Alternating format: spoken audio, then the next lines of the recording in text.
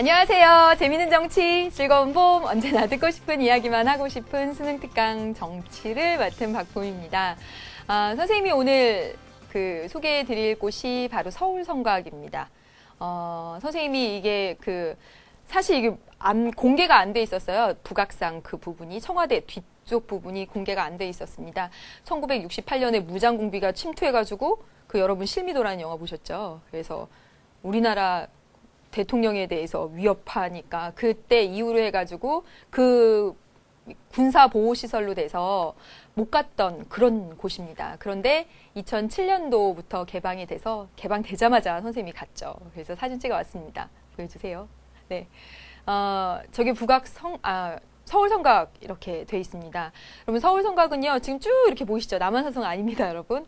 가깝고 여러분들이 꼭 한번 가봤으면, 바람 쐬고 싶을 때 봄에 꼭 가봤으면 하고 강추합니다. 서울이 다 내려다 보이고 청와대도 보이고요. 청와대 뒷산입니다. 그런데 저 서울성곽은 서울을 삥 둘러서 사실 되어 있어요. 인왕산, 북악산 이렇게 해서 쭉 둘러서 동대문, 네, 남대문 이렇게 해서 쭉 이렇게. 그런데 그래서 이제 쭉 성곽을 쌓은 거죠. 그래서 조선시대에 그랬다고 하더라고요. 그래서 외적을 방어하려는 그런 목적으로. 그랬는데 일제시대에 산에 있는 거는 산성, 그리고 평지에 있는 걸 토성인데 일제시대에 토성은 다 없어졌답니다. 그리고 이제 산성만 남은 거죠. 그래서 가보시면, 이게 조선시대부터 있었던 우리의 역사고, 그 가운데서 이렇게 훼손도 됐고, 또 현대사에서 그런 굴곡을 겪어서 이제 와서야 보게 되는구나, 그런 것도 느낄 수 있을 것 같습니다. 요즘 문득 그런 생각이 들어요. 지금 우리가 살고 있는 순간이 다 역사구나. 리비아의 카다피에 대한 국민들의 저항, 그것이 언젠가 역사로 기록될 것이고, 일본에서 벌어진 정말 안타까운 그 대지진도 역사로 기록이 되겠죠. 그래서 지금 벌어지고 있는 일들, 우리가 지금 겪고 있는 일들이 역사입니다. 그래서 과거의 역사도 귀 기울여서 보시고 또 한번 가보시고 그러라고 이렇게 보여드렸습니다. 네, 지난 시간 이어서 이제 선거 부분, 여러분 이제 몇 페이지가 되냐면 58페이지입니다. 원래대로 선생님이 하는 순서 알죠? 쫙 설명하고 교재 전체를 보여주면서 여기 했다, 여기가 중요하다 이렇게 찝어주는데, 선거 부분에 들어오니까 왜 이렇게 할 얘기가 많은지 지난 시간에 교재 전체 56페이지 전체를 잘 못 훑어봤어요. 그래도 여러분 이해하시죠? 네, 했던 내용들, 선거의 기능 해서 표로 그려진 내용들 56페이지에 있었고, 그 다음에 공정한 선거라는 제목 2에 달려서 민주선거의 사원칙, 그리고 선거구 법정주의까지 있었습니다. 그래서 선생님은 지난 시간에 어떻게 했었냐면, 네, 2011년도 수능 문제 가져다가 이 선거구 법정주의를 하는 원칙, 인구 대표성과 지역 대표성이라는 거 말씀드렸고, 게리맨더링이라는 거, 우리 56페이지 교재 제일 아래에 게리맨더링은 이렇게 나와 있는데, 실제 우리나라의 지도 보여드리면서 게리맨더링의 사례까지 보여드렸습니다. 네, 공부 잘하고 계신 거죠? 네. 그러면 이번 시간에는 여러분 58페이지입니다. 그래서 58페이지, 공정한 선거를 위한 제도, 마지막, 선거공영제와 선거관리위원회, 그리고 너무너무 중요한 엑기스 선거구 제도로 이렇게 들어가 보도록 하겠습니다. 정말 강조하지만요, 지금 한 내용들을 정말 하나하나 다 이해해 주시길, 내 마음을 이해해줘? 이런 거 아니죠. 이해하시기를 부탁드리겠습니다. 이해하고, 암기하고, 이렇게. 그러면 세 번째입니다. 세 번째. 네, 세 번째 선거공영제죠. 선거공영제. 네, 하겠습니다. 이 선거공영제가 어디 들어가서 선거공영제를 배우는지 아셔야 돼요. 네, 공정한 선거를 위한 제도적 장치 선거공영제, 이렇게 아셔야 됩니다. 선거공영제, 다시 말하면 선거를 공공기관, 국가가 운영하는 제도, 그래야지만 공정한 선거가 되니까. 다시 말하면 우리 학교에서 학생회장 선거하는데 학생회라는, 또는 학교 학생부 선생님들을 중심으로 해서 어떤 공정한 중립적인 데서 선거를 운영하지 않고, 예를 들어서 3학년 4반 애들이 선거를 운영한다. 그러면 3학년 4반에서 학생회장이 나오도록 좀 비리도 생길 것이고 그렇잖아요. 그렇기 때문에 공정한 선거를 위해서는 선거를 국가가 운영해야 된다는 겁니다. 근데 국가 누구? 선거관리위원회. 네. 선거관리위원회가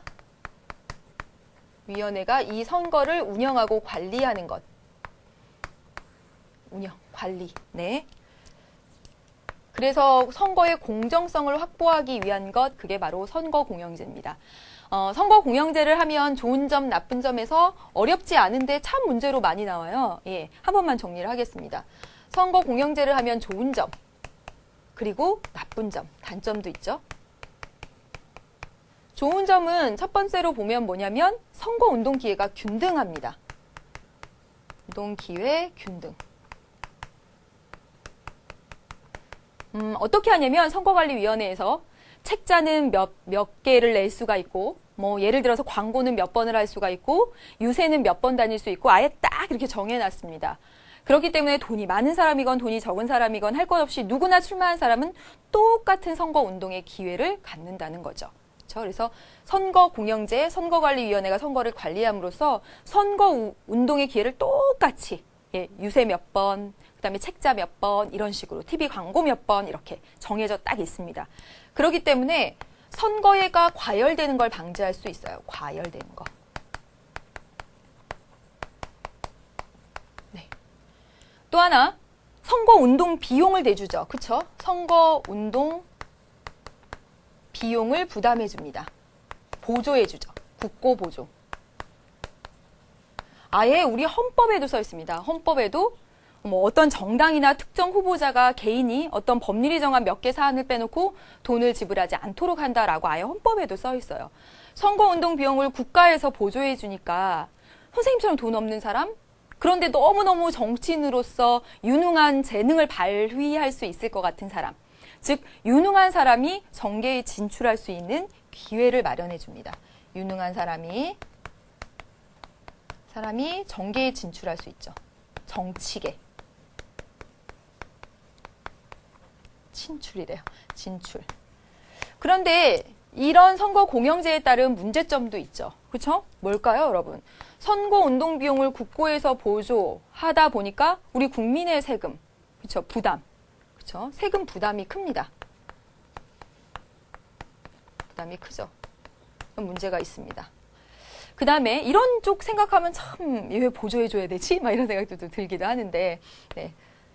그 다음에 우리 국민의 대표를 뽑는 일이니까 돈에 대한 부담도 크고, 두 번째는 후보자가 난립한다는 것이에요.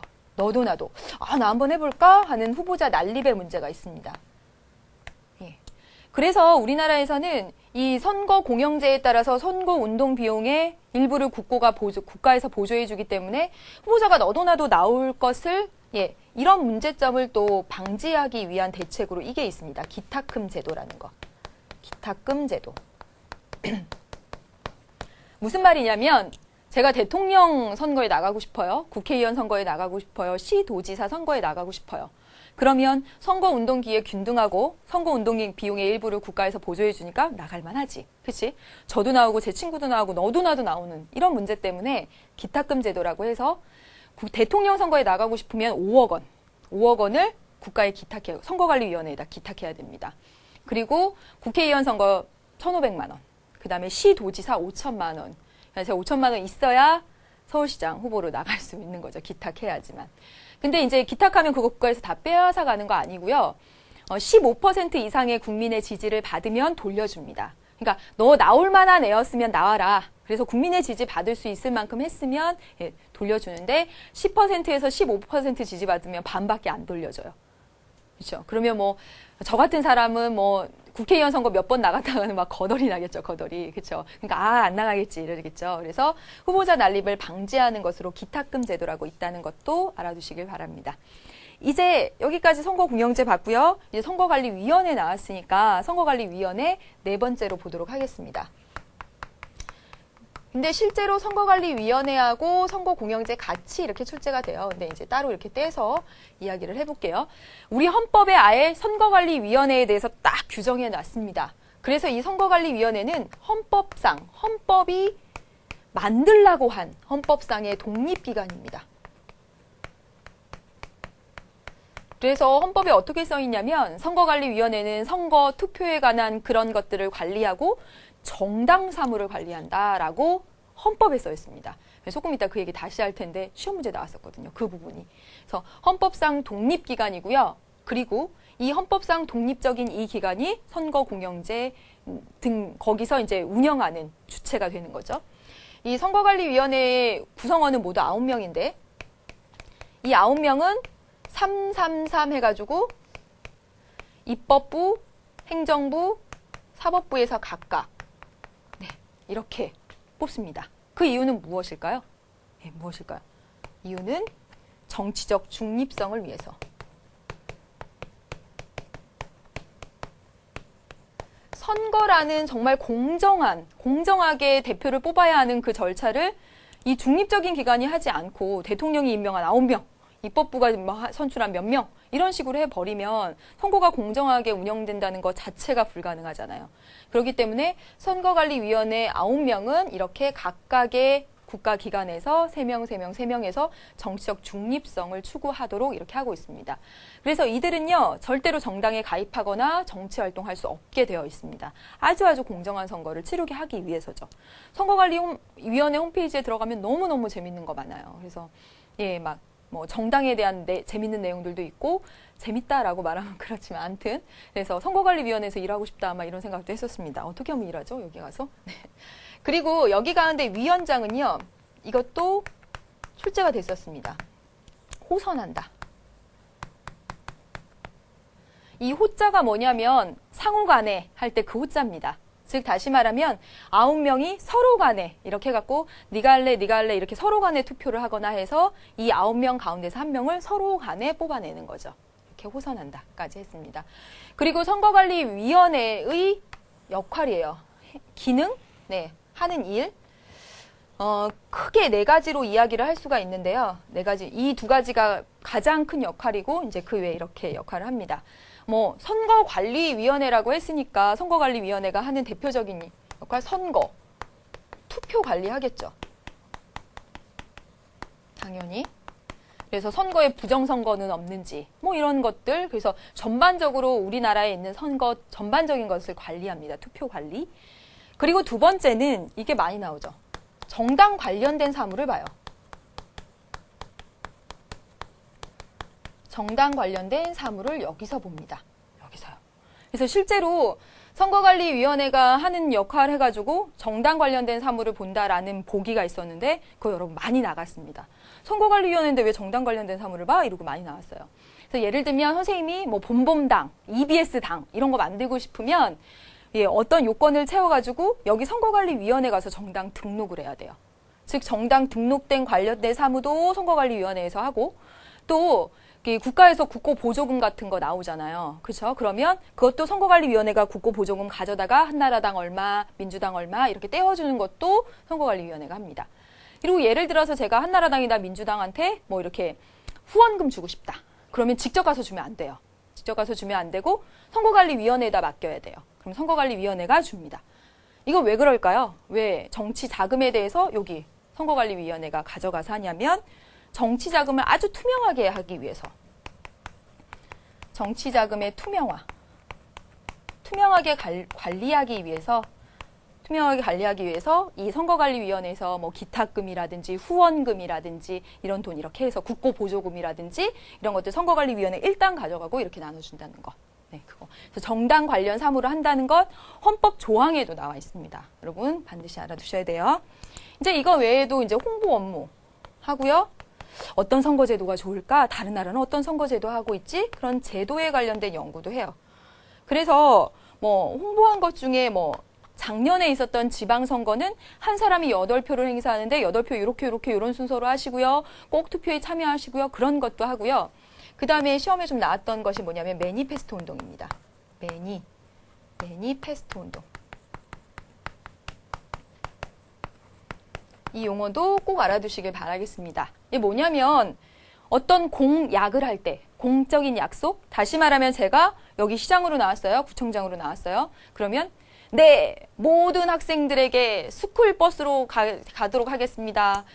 수학 과외를 시켜드리겠습니다. 도서관을 지어주겠습니다. 그러면서 순뻥 거짓말 공약을 할 수가 있죠.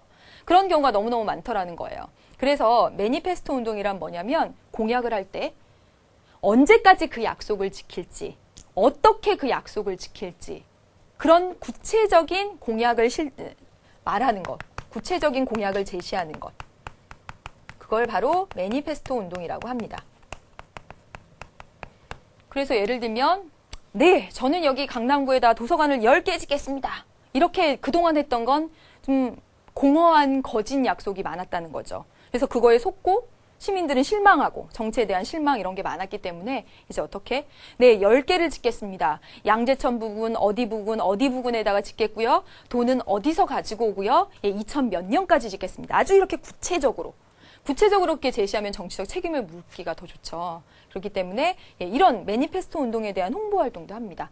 그래서 그 선거관리위원회 홈페이지 가보면 다양한 막 포스터를 통해서 선거하십시오라는 그런 홍보 활동도 있고 이런 홍보 활동도 있고 그래요. 그래서 제도 연구도 하고요.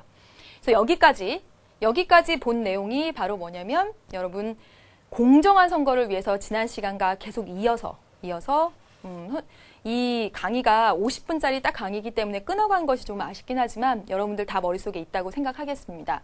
첫 번째 공정한 선거를 위해서 민주선거의 4원칙, 그 다음에 선거구를 법으로 정한다는 선거구 법정주의, 게리맨더링을 막기 위해서, 그리고 이번 시간에 지금 시작부터 보았던 선거공영제, 그리고 그 선거공영제를 운영하는 선거관리위원회까지 해서 이 4개 뭉뚱그려서 공정한 선거를 위한 제도적 장치구나 이렇게 알아두시면 되겠습니다. 야, 이제 이 시간에 이제 정말 핵심, 완전 중요한 거, 진짜 중요한 거 선거구 제도에 대해서 이야기를 하도록 할게요. 세 번째 주제입니다, 여러분. 네, 세 번째 선거구 제도.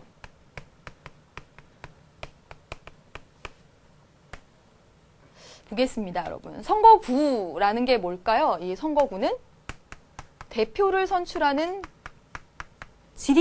지역적 단위구역입니다. 대표를 선출하는 단위구역.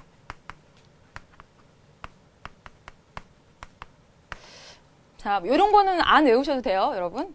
우리나라의 국회의원이 299명입니다. 근데 이 299명 어떻게 뽑아요? 나눠서 뽑죠. 서울에서 몇 명, 그 다음에 뭐 송파구에서 몇 명, 구리시에서 몇 명 이렇게 나눠서 뽑습니다. 즉, 대표 한 명을 뽑는 지리적 단위를 나눠놓은 것, 그것을 선거구라고 합니다. 만약에 이렇게 선거구를 안 나눠놓고 대한민국 전체에서 299명의 대표를 뽑는다라고 하면 정말 정신이 없을 거예요. 왜? 299명까지 뽑으려면 뭐 한 500명쯤 출마를 할 것이고 그 사람들은 막 선거운동을 하러 막 전라도 갔다가 경상도 갔다가 제주도 갔다가 서울 왔다가 정말 번거롭고 그 가운데서 어떤 부정행위를 저지르는지 관리하기도 어렵고 따라서 선거구 제도라고 해서 대표를 선출하는 단위구역을 이렇게 나눈 이유는 뭐냐면 선거운동의 편리성이나 선거 관리하는 데 편리성이나 그런 것들을 위해서 선거구 제도라는 걸 아예 만들어 놓은 겁니다. 근데 이제 이 선거구 제도는 크게 두 가지로 이야기를 할 수가 있어요. 여러분 잘 아시죠? 네. 소선거구 제도하고 제도 그리고 중대선거구 제도입니다. 우리 교재가 아주 친절하게 중선거구제와 대선거구제의 그 의미를 구분해 줬어요. 그렇지만 중선거구제나 대선거구제나 나타나는 특징이 똑같아요. 그렇기 때문에 중대선거구제에 묶어서 이렇게 하도록 할게요. 선생님은 이게 칠판이니까 이렇게 그려서 밑에 계속 이렇게 밑에 못 나가니까 옆으로 가고 할 테니까 여러분 옆에다 써가면서 그렇게 하세요. 자, 대표를 선출하는 단위구역을 선생님이 선거구라고 했습니다. 그러면 소선거구제는 이 대표를 선출하는 단위구역이 작은 거구나. 그렇죠. 근데 그렇게 정의하면 조금 위험해요. 물론 그런 경향이 있습니다. 대표를 선출하는 단위구역이 작은 것이 소선거구제. 그런데 그렇게 하면 조금 위험이 있어요. 그래서 어떻게 보통 정의하냐면 한 선거구에서 한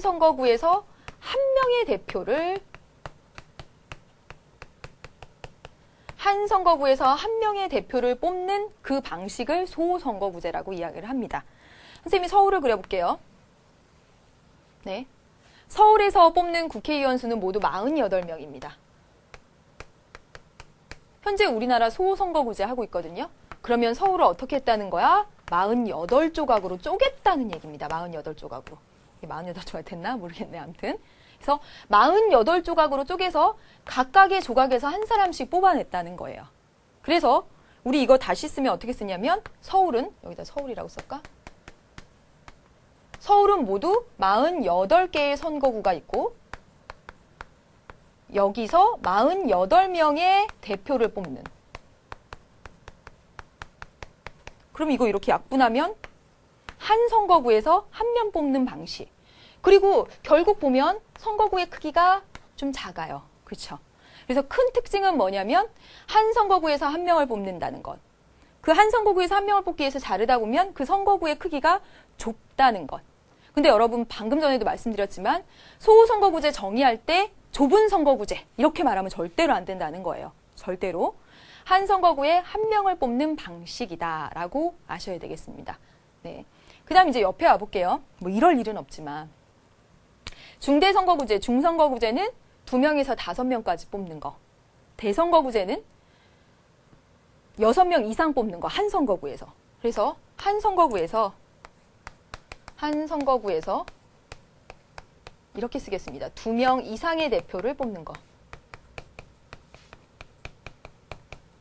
그럼 이런 식인 거죠. 해보겠습니다. 서울 한 선거구예요. 서울 한 선거구에서 하나의 선거구예요. 구에서 48명의 대표. 이렇게는 안 하겠죠, 진짜. 너무 효율적이지 못하니까. 그러면 어떻게 뽑힐까요? 쭉 순위하는 거지, 그쵸? 예? 1등, 2등, 3등 쭉 해서 48등까지 이번에 대표로 뽑히셨습니다. 이렇게 나오겠죠. 그렇죠? 정말 많은 사람들이 출마해서 정말 많은 몇백 명이 출마해서 저 좀 뽑아주십시오. 막 그러면 제가 누가 한 명 딱 현빈 뽑았어요. 현빈이 해가지고 30몇 등으로 현빈이 당선됐습니다. 이렇게 한다는 거죠. 이게 바로 중대선거구제입니다. 근데 소선거구제는 어떻게 하냐면 지역을 나눠요. 그래서 이 지역에 출마한 사람만 내가 여기 살고 있으면 이 사람만 보고 뽑게 되는 거죠. 그래서 소선거구제 다시 한번 얘기를 하면 한 선거구에서 한 명의 대표를 뽑는 방식. 중대선거구제는 한 선거구에서 2명 이상의 대표를 뽑는 방식입니다. 그래놓고 선생님이 지금 서울이라는 것을 두고 48명이라는 큰 숫자를 두고 이야기를 시작한 데는 이유가 있습니다. 왜냐하면 이렇게 하면 장단점이 확 와닿거든요. 그럼 해볼게요, 이제. 네.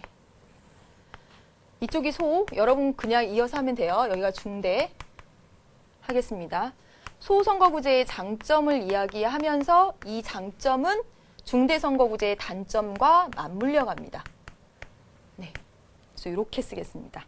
그러면서 선생님이 소선거구제의 가장 큰 특징을 어떻게 이야기할 거냐면 1등한 단 한 명이 대표가 된다라는 가장 큰 특징이 있고요. 그 다음에 선거구가 좁다라는 특징을 가지고 이야기를 하겠습니다.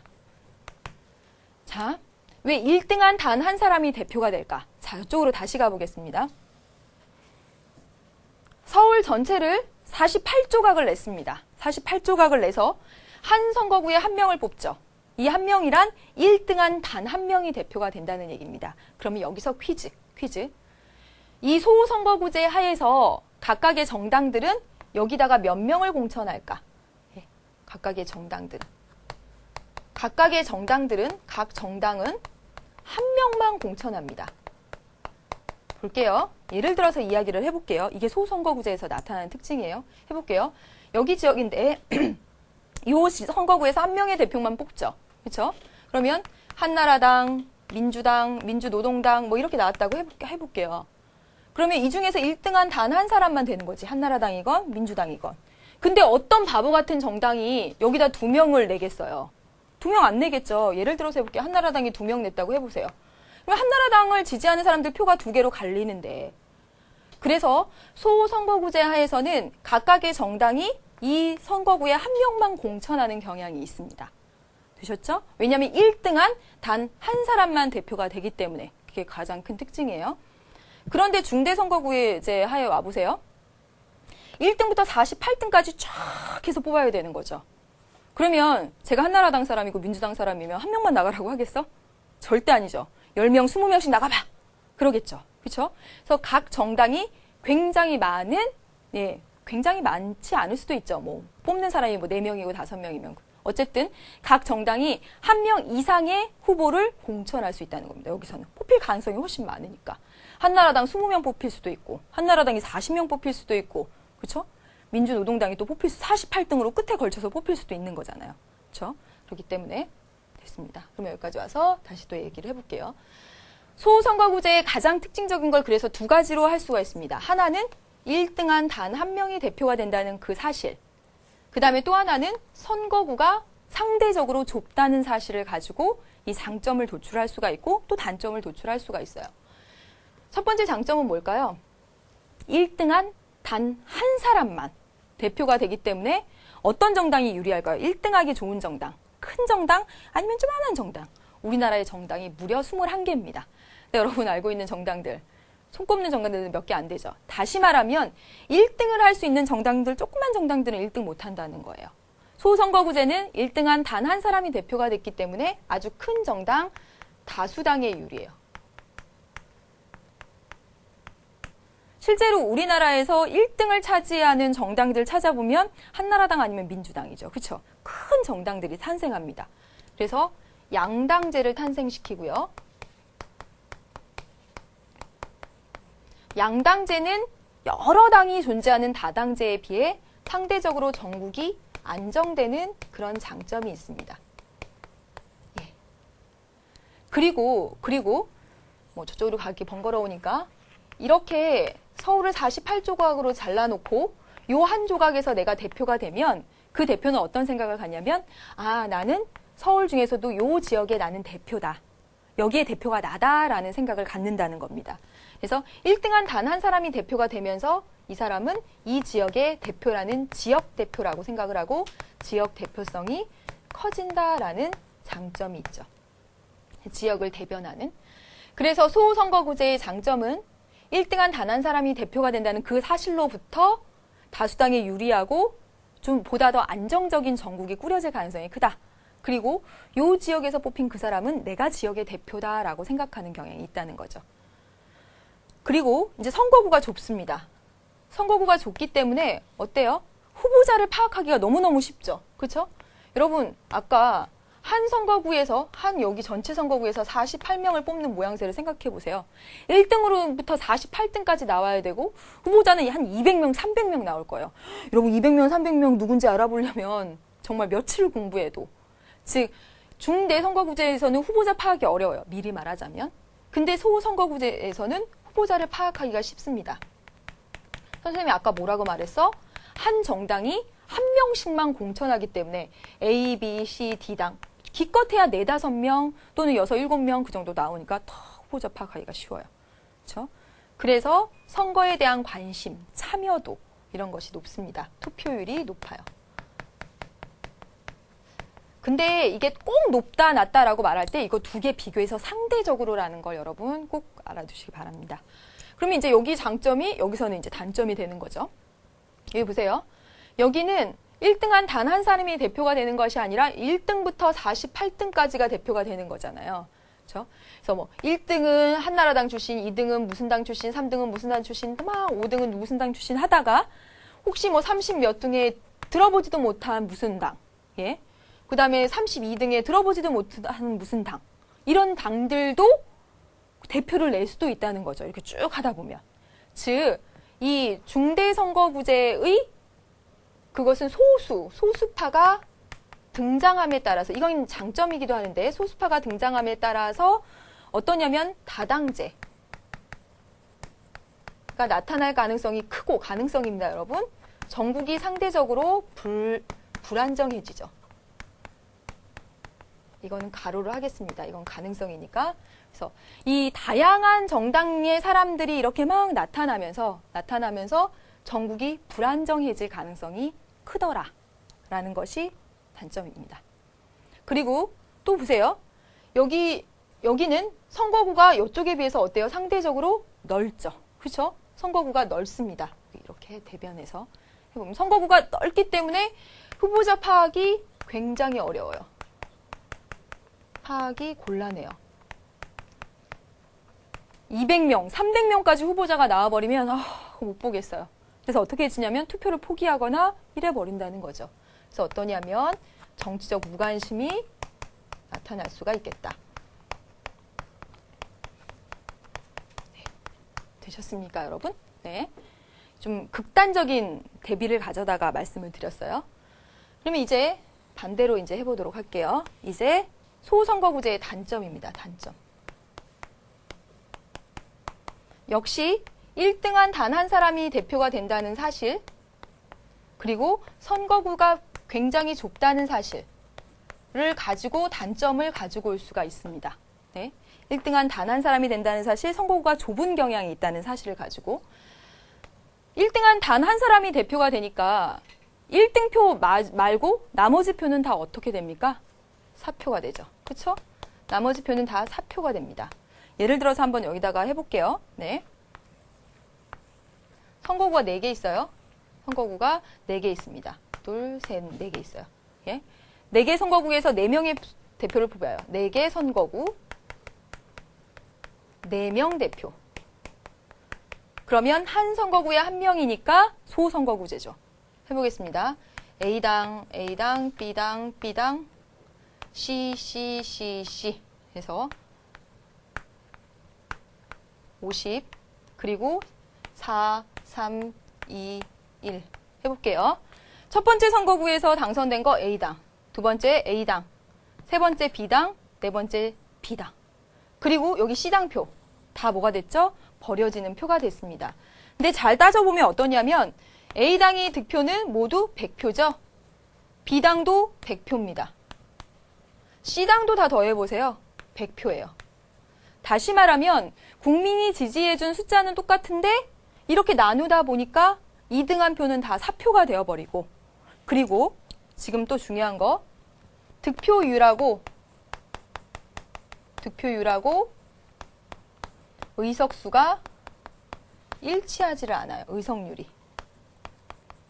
지금 봤다시피 A당 2석, B당 2석 했으면 C당도 2석 해야 되는데 C당 건 모조리 다 버려졌고, 그리고 이 득표한 것이 의석률과 비례하지 않는다라는 그런 문제가 있습니다. 보셨죠? 그 다음에 1등한 이 단 한 사람이 대표가 되는 이 선거구가 좁은, 여기 되겠습니다. 선거구가 좁은 이 상황에서 또 문제가 되는 것이 무엇이냐면 전국적인 인물보다 지역적인 명망가가 당선이 되기가 너무 쉽다는 거예요.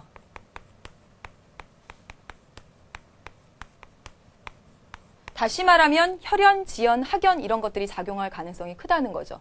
여기 조그만 지역을 해보세요. 그러면 여기서 후보로 나왔습니다.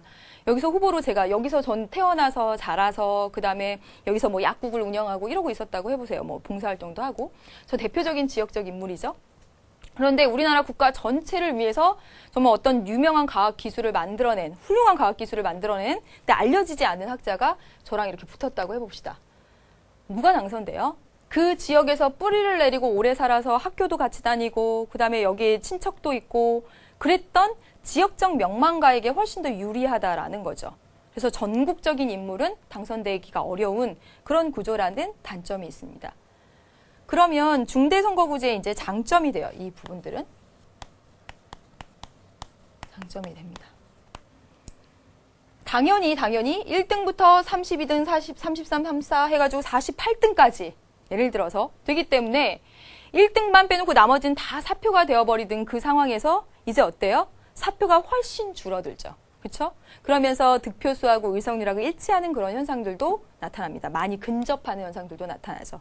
더구나 소수파의 당선 기회가 많으면서 소수파 신진 인사, 신진 인물들이 당선되게 되면서 아주 다양한 이해관계들이 반영되게 되죠. 다양한 의사들이 반영되게 됩니다. 반영되게 되죠. 그리고 또 하나 여기랑 또 연결시켜서 보면 어떠냐면 이 큰 단위로 중대선거구제를 하게 되다 보면 이 연고주의가 작용할 가능성이 줄어들어요. 연고주의가 작용할 가능성이 줄어듭니다. 연고주의라고 하는 것은 방금 봤다시피 뭐였냐면 혈연, 지연, 학연 등이 이렇게 막 작용하는 거 있잖아요. 그것들이 작용할 가능성이 훨씬 줄어들죠. 왜냐하면 정말 큰 단위에서 뽑기 때문에 이 부분에 비해서. 그래서 여러분 여기까지 한 부분을 다시 한번 정리하도록 하겠습니다. 선생님이 극단적으로 해서 중대선거구제를 서울 전체를 48명을 뽑는 것으로 예를 들었지만 보통 중선거구제는 2명에서 5명 그리고 대선거구제는 6명 이상 이렇게 하고 있습니다. 우리나라에서도 중선거구제 채택하고 있는 거 있어요. 우리나라 선거구제 이야기할 때 이야기하겠습니다. 그러면서 이 소선거구제는 아주 가장 특징적인 거 1등한 단 한 명이 대표가 된다는 사실. 1등한 한 명만 뽑다 보니까 선거구가 좀 좁게 나타나는 경향. 무조건 이거 비교해가지고 이건 좁고 넓고 이렇게 하시면 안 되고 경향이 있다. 그거에 따라서 장점을 찾아보면 이 소선거구제는 전국이 안정적이라는 거. 그렇죠? 그리고 지역의 대표성이 이 지역의 대표야. 나 송파구에서 뽑혔으니까 송파구의 대표야. 지역 대표성이 크다는 것. 그리고 후보자가 잘 파악되니까 투표율이 높다는 것. 근데 그에 반해서 중대선거구제는 이 소수파가 막 난립하게 되니까 33등, 32등 난립하게 되니까 전국이 불안정하고 그리고 후보가 너무 많다 보니까 파악하기가 어려워서 오히려 무관심이 나타날 수 있다. 그리고 소선거구제는 1등한 단 한 명이 대표가 되기 때문에 나머지 다 사표돼 버린다. 그리고 지역적 명망가, 그 지역에서 뿌리 내렸던 사람이 전국적인 그런 인물보다 당선될 가능성이 높다라는 거. 그러면서 중대선거구제의 장점, 새로운 인물들의 등장 가능성, 그리고 연고주의가 줄어든다까지 말씀을 드렸습니다. 정말 중요한 내용들이고요. 여러분 이해하시고 난 다음에 이렇게 보기가 나오면 이거 뭐 이렇게 탁탁탁 아실 수 있었으면 좋겠습니다. 여기까지 해당되는 거 기출문제가 어떻게 나왔는지 확인을 좀 해보도록 하겠습니다. 네, 지금 보세요. 선거운동은 후보자 등록 마감일 다음 날부터 선거일 전일까지만 할 수 있다. 선거운동의 기간을 아예 명시해 놓고 있네요. 그리고 누구든지 자유롭게 선거운동할 수 있다. 다만 아래와 같은 지위에 있는 자는 할 수 없다라고 해서 선거운동에 대해서 어떤 원칙 같은 걸 세워놨습니다. 그리고 일정액 이상의 비용을 선거운동에 사용할 수 없다. 선거운동 비용, 쓸 수 있는 비용도 딱 상한선 이렇게 정해놨습니다. 이거 다 무슨 내용이죠? 선거 공영제에 대한 내용이죠. 그렇죠? 다음 보겠습니다. 그 다음에 이거 보세요. 지금 선거구가 4개로 나눠져 있었고 그리고 한 선거구에 한 명씩 뽑고 있으니까 이거 소선거구 제도죠. 그렇죠? 그런데 이렇게 바뀌었습니다. 어떻게요? 선거구가 2개로 나뉘고 한 선거구에서 2명씩 뽑는 거예요. 여기 하나에서 2명씩 뽑고 있으니까 가는 중대선거구제로 바뀐 겁니다. 이해되시나요? 네. 근데 나는 보세요. 한 선거구에 한 명씩 뽑고 있죠? 그리고 선거구를 5개로 나눴습니다. 역시 이거는 소선거구 제도죠. 이거 소고, 이거 중대고. 왜냐하면 한 선거구에 2명, 한 선거구에 1명이니까. 근데 여기 소예요, 여기. 근데 왜 소에서 소로 변화시키고 이거 무슨 의미 있어요? 자, 보겠습니다, 여기. 5,500명에 1명 뽑고, 6,500명에 1명 뽑고, 5,300명에 1명 뽑았는데 여기 보세요. 10만 2,000명에 1명 뽑았어요. 여기서 한 표 가치는 가소평가 되겠죠. 그쵸? 이해되시나요? 그래서 이 부분을 다시 이렇게 나눠준 겁니다. 어디로 나눴을까요? 그래서 이 부분을 하나 더 쪼갠 거죠. 이거 뭘 실현하기 위해서야? 무슨 선거 원칙? 한 표의 가치를 동일하게 하기 위한 평등 선거의 원칙이죠. 이게 딱 보고도 찾으실 수 있겠습니까? 네, 여러분 너무너무 고생 많으셨습니다. 잠깐 쉬어가겠습니다.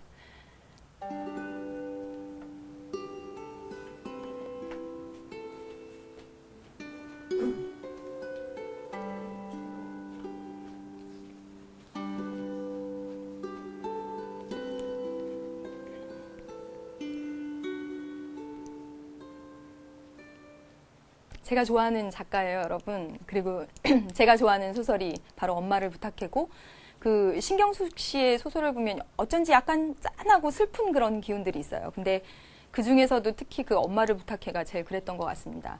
그 엄마를 아버지가 지하철역에서 놓쳐서 엄마가 실종된 거예요. 그 뒤로부터 이제 엄마를 찾으면서 엄마에 대한 생각들을 하는 거죠.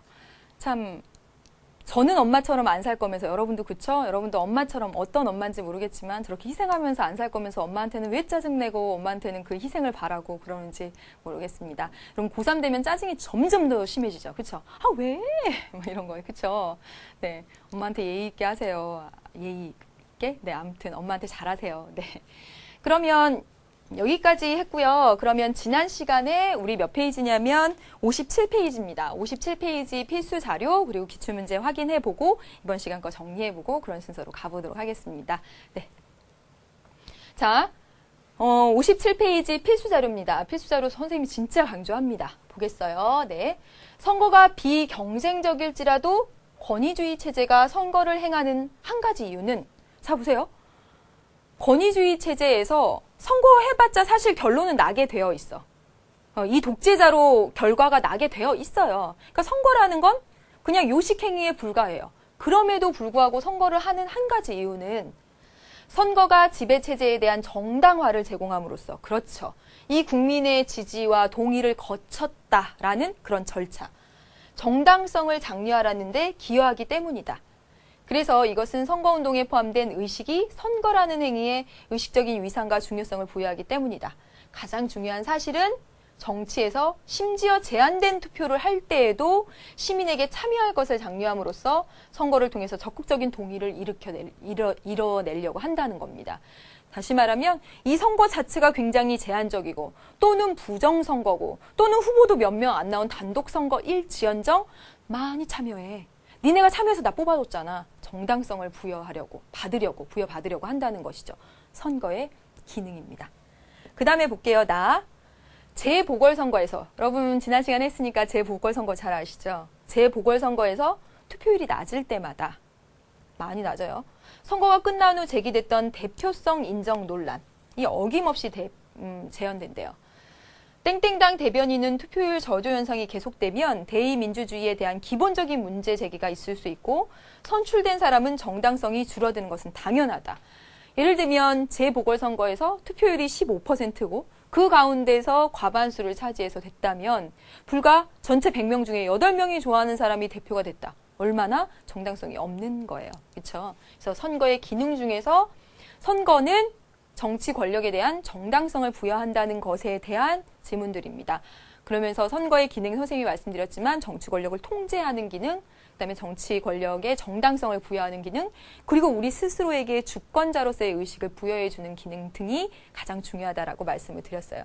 다음 보겠습니다. 기출문제입니다. 작년 수능으로 나왔죠. 네, 여러분 딱 이거 맞추면 수능 나 할 수 있겠는데 이런 생각 들겠습니까? 네, 볼게요. 우리나라는 대통령과 국회의원의 임기가 달라서 아주 잦은 선거로 인해 사회적 혼란과 비용 소모가 많은 것이 문제입니다. 이런 문제 제기가 많이 됐었죠. 왜냐하면 대통령의 임기는 5년이고 국회의원의 임기는 4년이다 보니까 이게 주기가 안 맞아가지고 그렇잖아요. 그러니까 거의 매년 선거를 치르고 뭐 거기다 지방선거 끼고 막 이렇게 되니까 선거 비용이 얼마나 많이 드는데, 그래서 이것들은 비용 소모 문제도 있고 따라서 임기를 대통령과 국회의원이 일치시켜서 똑같은 해 이렇게 뽑도록 해야 된다 이렇게 말을 하고 있습니다. 이게 되게 비용 차원에서 효율성 차원에서 이렇게 뭐 얘기하고 있는 거죠. 그랬더니 우리 뭐라고 말하냐면 이 두 선거를 동시에 실시하면 국민의 중간 평가 기회가 사라지게 됩니다. 다시 말해서 여기서 말하는 건 뭐냐면 선거의 무슨 기능이야? 권력 통제 기능이지. 우리가 이번에 A당 출신의 대통령을 뽑아주고 조금 지나서 국회의원 선거를 하면서 A당 출신의 대통령이 잘 못했으면 B당으로 척 몰아주고 이런 식으로 해서 평가, 통제를 한다는 거죠. 신임하거나 재신임하거나 불신임하거나 하는 그런 모습들을 국민들이 보여준다는 것이죠. 그렇죠? 권력 통제하는 기능이 사라지게 돼. 그래서 대통령과 국회의원의 임기 동안에 권력에 대한 상호 견제 기능이 약화될 수 있어. 그러니까 달리하는 게 서로 우리 국민이 딱 정치 권력에 대한 통제 기능도 하고 이렇게 보여줍니다. 볼게요. 여기에 대한 분석, 기억 보겠습니다. 갑은 권력 분립의 원칙을 강조하고 있다. 갑은 임기를 일치시켜서 입법부와 행정부의 구성을 똑같은 시기에 하자라고 말하고 있는데 권력 분립의 원칙을 강조한다. 또는 이 권력 분립의 원칙을 중요시 생각하지 않는다. 이런 차원의 문제는 아닙니다. 그렇죠? 그다음에 니은 보겠습니다. 갑이 제기한 문제를 해결하기 위해서는 즉 대통령의 임기와 국회의원의 임기를 똑같이 맞춰서 4년 혹은 5년으로 이렇게 딱 하기 위해서는 헌법 개정이 필요하죠. 우리가 3단원 가서 헌법에 대해서 공부를 하겠지만 헌법에 그렇게 써 있습니다. 대통령은 5년의 임기를 하고 국회의원은 4년의 임기를 한다라고 헌법에 딱 못 박혀 써 있기 때문에 이거 일치시키려면 헌법 개정해야 돼요. 맞습니다. 그 다음에 디귿 보세요. 을은 선거의 정치 권력에 대한 통제, 권력 통제의 기능을 중시하고 있는 거죠. 그 다음에 리을. 을은 동시선거를 통해 나타날 수 있는 독단적 국정 운영의 가능성에 대해서 우려하니까 동시선거하게 되면 중간 평가를 받을 기회가 없으니까 기존에 하던 대로 하자라고 이야기하고 있는 거죠. 그래서 니은, 디귿, 리을입니다. 여러분 뭐 늘 어렵겠지만 특히나 기역니은, 기역니은, 디귿, 디귿, 리을, 기역니은, 디귿, 리을 막 이렇게 막 섞여서 이렇게 답지가 구성되면 참 그렇죠. 네. 근데 작년 정치 수능이 어려웠던 이유 중에 하나는 이렇게 보기에서 찾아내는 문제 중에 두 개씩 짝짓 문제가 한 문제도 없었습니다. 그래서 기역, 니은, 디귿, 니은, 디귿, 리을 막 이렇게 해버리니까 예, 뭐 여기서 혹시라도 학생들이 이 헌법 개정 모르고 디귿, 리을만 골랐으면 뭐 바로 오답으로 가는 거죠. 그렇죠? 그렇게 돼서 작년에 어려웠습니다. 오늘 공부한 내용 간단히 살펴보도록 하겠습니다. 자, 선거공영제입니다. 선거공영제라고 하는 것은 선거관리위원회가 관리함으로써 선거의 공정성 확보. 우리 큰 테두리 보셨죠? 선거가 공정하게 되기 위해서 하는 것 가운데 들어갔잖아요. 그러니까 여기 목적에 들어가 있습니다. 그래서 선거공영제 내용을 보면 우리 기출문제에서도 아까 봤지만 운동의 기회를 균등하게 보장하고 비용의 일부를 국가에서 지원하고 그래서 그거에 따른 문제점도 말씀을 드렸었죠. 그렇죠? 그 다음에 보겠습니다. 선거관리위원회는 선거 및 국민투표의 공정한 관리. 이건 여러분 당연히 알고 계십니다. 근데 이것도요. 정당과 정치 자금에 관한 사무도 선거관리위원회가 한다. 함정처럼 보기에서 나왔었습니다. 막 틀리죠. 그 다음에 각종 홍보 활동, 그 다음에 제도 연구 이런 거 한다라는 거 그냥 이렇게 들어가 주시면 되겠습니다. 다음 볼게요. 뒤로 넘길게요. 소선거구제랑 중대선거구제의 장단점 여러분 꼭 아셔야 된다라고 말씀을 드렸죠. 그래서 이게 서로 이렇게 클로스되니까 소선거구제의 장점 보면 이 중대선거구제의 단점 나오고 중대선거구제의 장점 보면 소선거구제의 단점 나오니까 잘 이제 정리할 수 있을 거라고 생각하면서 그럼 보세요. 소선거구제 1등한 단 한 명. 그렇기 때문에 큰 정당에 유리해서 양당제 촉진하고 전국 안정된다라고 말씀드렸었습니다. 맞죠? 한 선거구의 범위가 좁은 것이 일반적이기 때문에 거기 돌아다니면서 선거운동하기에 좋아서 선거운동 비용 적게 들고 불법 선거 있는지 뭐 있는지 관리하기도 편합니다.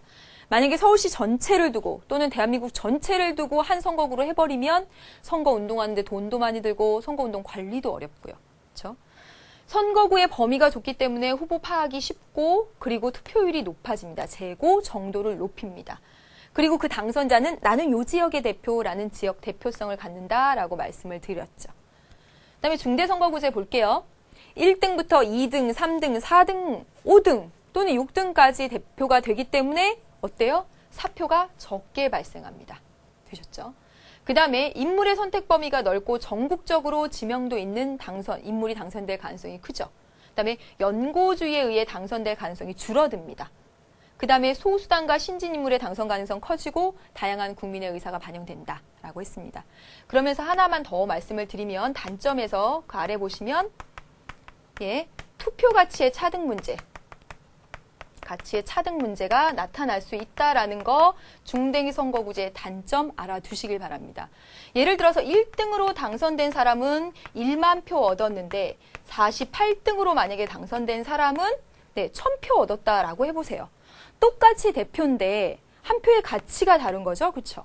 그래서 두 대표 간의 투표 가치의 차등 문제가 발생할 수 있다는 단점이 있다는 것까지 정리를 해두시길 바랍니다.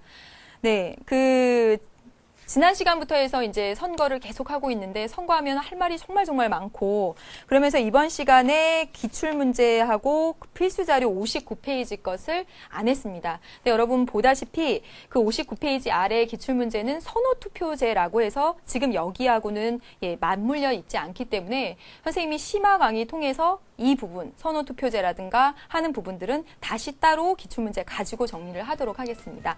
네, 오늘 너무너무 수고 많으셨고요. 다음 시간에 서둘러 가도록 하겠습니다. 네, 안녕.